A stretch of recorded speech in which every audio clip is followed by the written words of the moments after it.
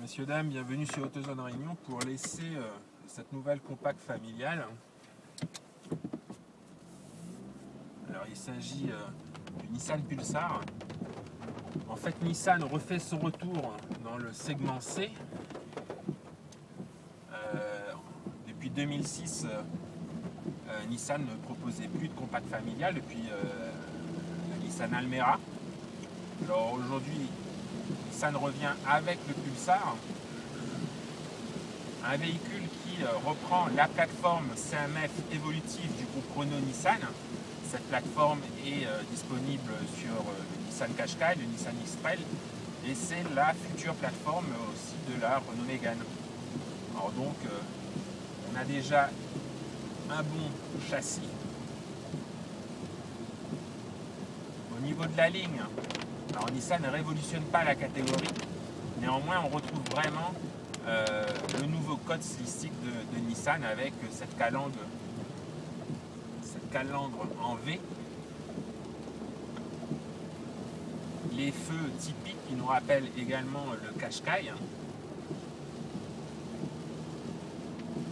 beaucoup de coups de gouge au niveau de la carrosserie avec de grosses nervures, des passages de roues marqués. Le véhicule disposera de jantes alu en 16 ou 17 pouces de série. Et à l'arrière, un petit béquet et un diffuseur avec effet carbone.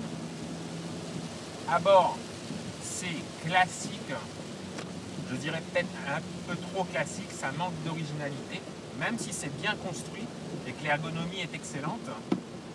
Alors aujourd'hui, on est dans une version d'entrée de gamme, la version Visia. Alors par exemple, vous voyez qu'on n'a pas d'écran couleur. Néanmoins, l'équipement est quand même complet. On a ce petit ordinateur de bord couleur devant nous, l'écran TFT.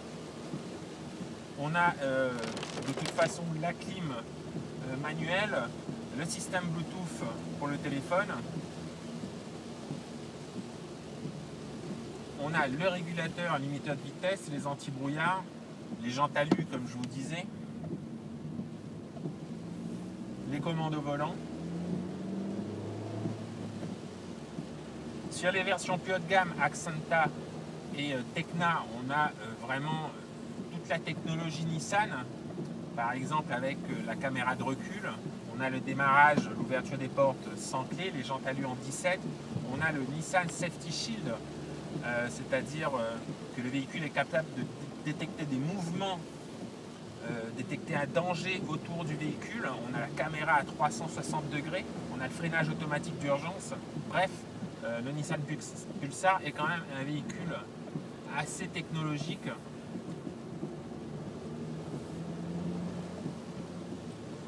Aujourd'hui, ce qu'on apprécie particulièrement, c'est ce moteur 1,2 litre DIGT. Alors c'est la première fois que nous, personnellement, on l'essaye.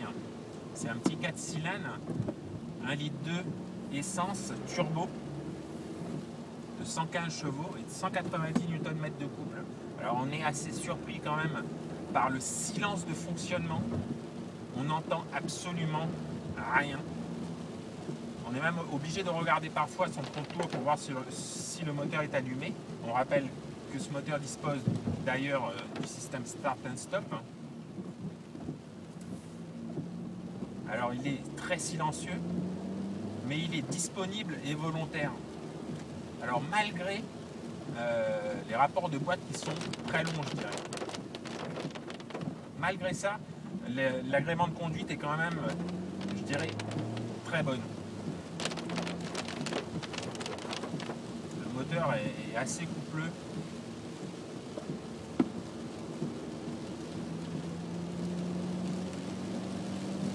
Donc ce moteur, c'est une très bonne surprise sur ce Nissan Pulsar. On rappelle qu'il est de toute façon disponible par exemple sur le Qashqai. Au niveau du comportement routier,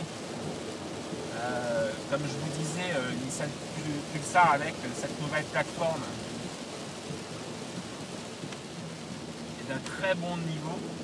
On dispose d'une bonne tenue de route et d'un véhicule suffisamment incisif. Alors, Pour avoir ce comportement incisif, Nissan l'a équipé d'un différentiel électronique.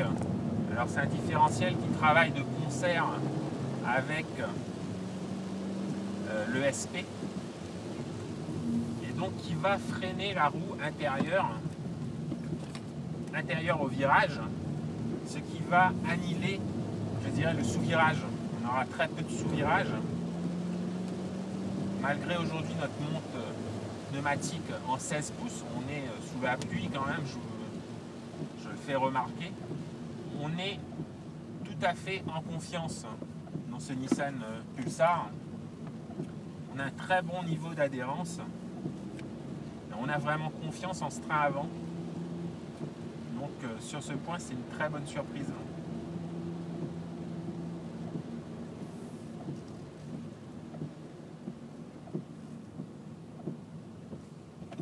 Donc voilà, on ne va pas aller beaucoup plus loin. C'était un petit essai dynamique de la nouvelle compacte familiale signée Nissan. Et j'espère vous retrouver très bientôt sur AutoZone Réunion pour un prochain essai. A bientôt.